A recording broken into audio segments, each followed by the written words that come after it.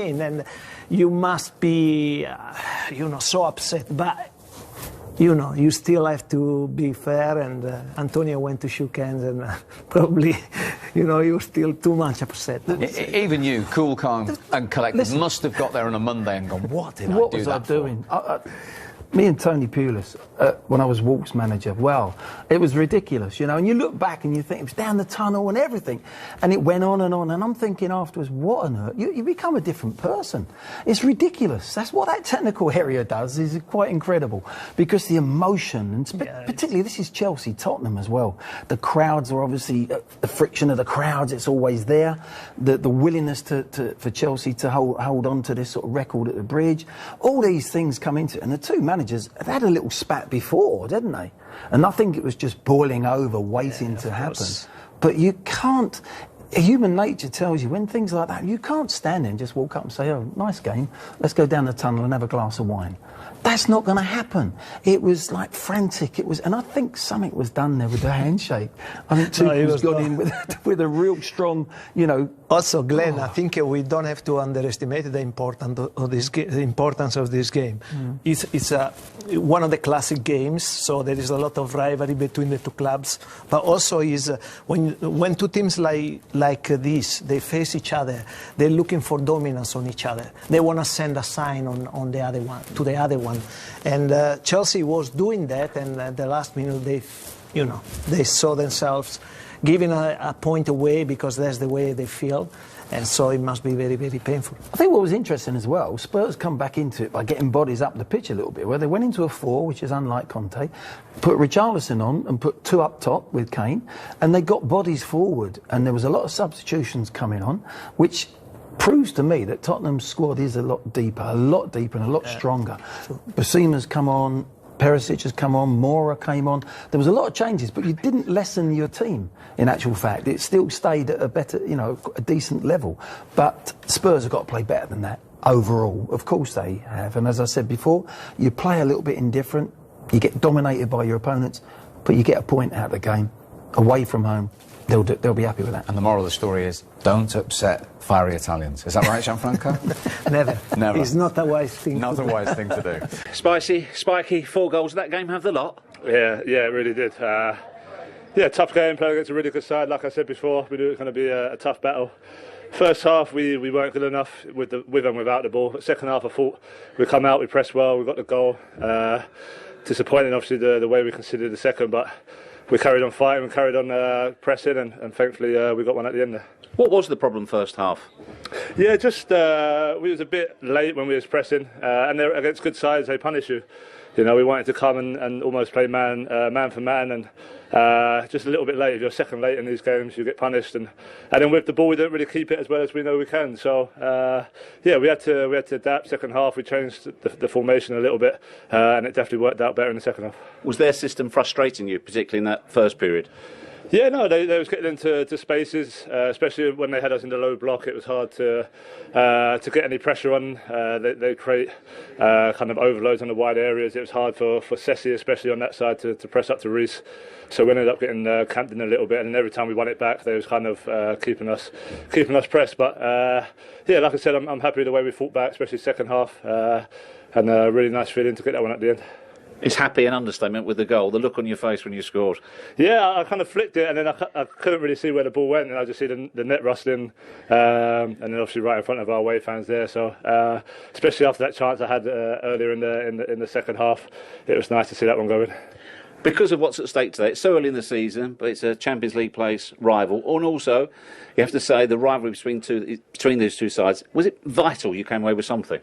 I think it was a really important game for us, just to show where we are as a team. Of course, it's a marathon this season, not a sprint. We've got a long way to go with a World Cup in between. So, but I think it was important, especially after last season losing, I think 5 or 6 times to them in Cup and Premier League. So, away from home at Stamford Bridge hasn't been our best place over the years. So, to come away with a point, especially at the end, it's a good feeling.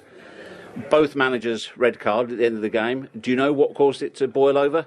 Did you even know that? No, obviously I see everyone kind of gathering up at the end there, and obviously disappointing to see the red card, but I didn't see what happened. Obviously it's an emotional game, London derby, the passion from both sides. Obviously, both teams wanting to win. So, yeah, like I said, disappointed, but that's just sometimes what happens in these games. Great stuff, Harry. Thanks a lot. Cheers. Thank you. Cheers, mate. Is it right up there for a Spurs player to score on the 96-minute equaliser at the Bridge in front of your own fans? Not many. God dear. Yeah, I mean, he did miss. You know, he said about he missed the chance. They're the ones that you expect Harry Kane to put away. He's 1-on-1 with the keeper, and he just sort of screwed the ball really. And you're expecting him. So that was playing on his mind. But you know, it was a really good corner whipped in. And he took it well. He's just, you know, he hasn't had to make much movement, if I remember. He's just jumped, and it was poor defending from Chelsea in many ways, because there was 3 or 4 players attracted to the ball, and Harry's there on his own, and he just jumps unopposed, gets the little flick, and because at the end of the day, if that had been with 10 minutes to go, that would have been a really awkward 10 minutes for Tottenham away at Chelsea. Chelsea might have ended up getting the winner again, because they were so far on the front foot, but so late in the game, they only had to hang on for, 30 seconds, a minute. So you know your opponents can't really come back at you, and you can go home and say, well, we'll play better, but we'll take the point. Before we see the goal, should there have been a foul and a free kick to Chelsea? Maybe in another country they would have given the foul, but in England, challenges like this, they're always there, and referees, they don't take notice of that. So I'm not surprised to see it, letting it go. VAR? We've looked at it. No, I don't think VAR doesn't intervene in this case. No? I don't think they... Personally, I think Cucurella's not got his eye on the ball. He's actually faced up to... there's the goal that we spoke through. Yeah, look, Harry doesn't really make that much movement, and it suddenly all opens up for him. And there's 3 white shirts there with no blue shirt there at all. It's very poor marking from... and whether it was going in or not, we're still debating whether it's come off James's thigh.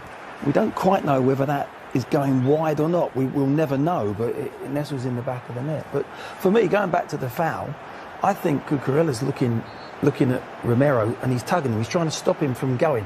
That's the reason why he tugs his hair and pulls him away. You could say, well, the first foul was a penalty against Cucurella, and the second one is a foul from Romero. The second corner shouldn't have been played. So there's ducks and drakes there, isn't there? Let's be fair. He's definitely trying to put him off. He's not looking at the ball. He's not marking him properly. He's just trying to block him and hold him. And I think it's a reaction from Romero. He goes, get out of the way. They never give those situations because they know there are a lot of challenges, and they only intervene, I think, when there's only one person or one of the 2 players who is doing something. But in that case, they're holding each other, and then in the end, he ends up like this, but they're both holding each other.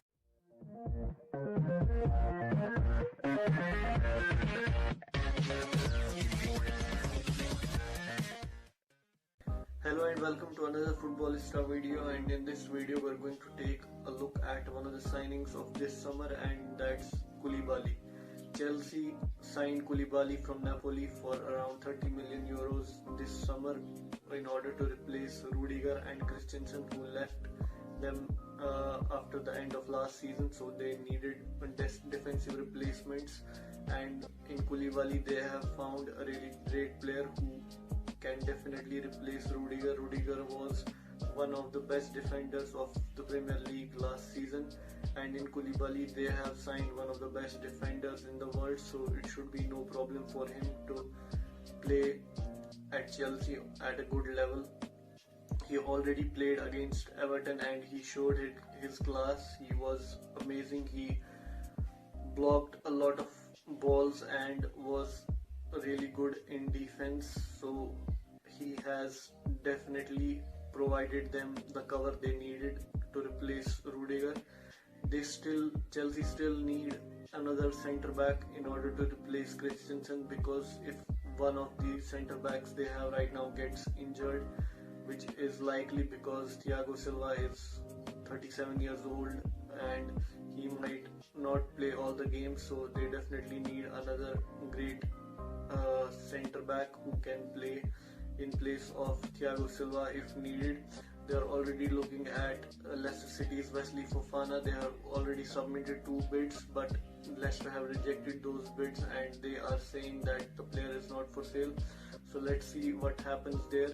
But when it comes to the Koulibaly signing, they have definitely hit gold with that. He is, I think, 31 years old. He definitely can play for 4 or 5 more years. He is a fit guy and he definitely will play for them for a long time. With Koulibaly in their defense, Chelsea definitely have a good enough defense to make top 4. They just lack in goal scoring department. They need another striker. Let's see what happens by the end of this transfer window, if they sign anyone or not. So that's it for this video. Goodbye.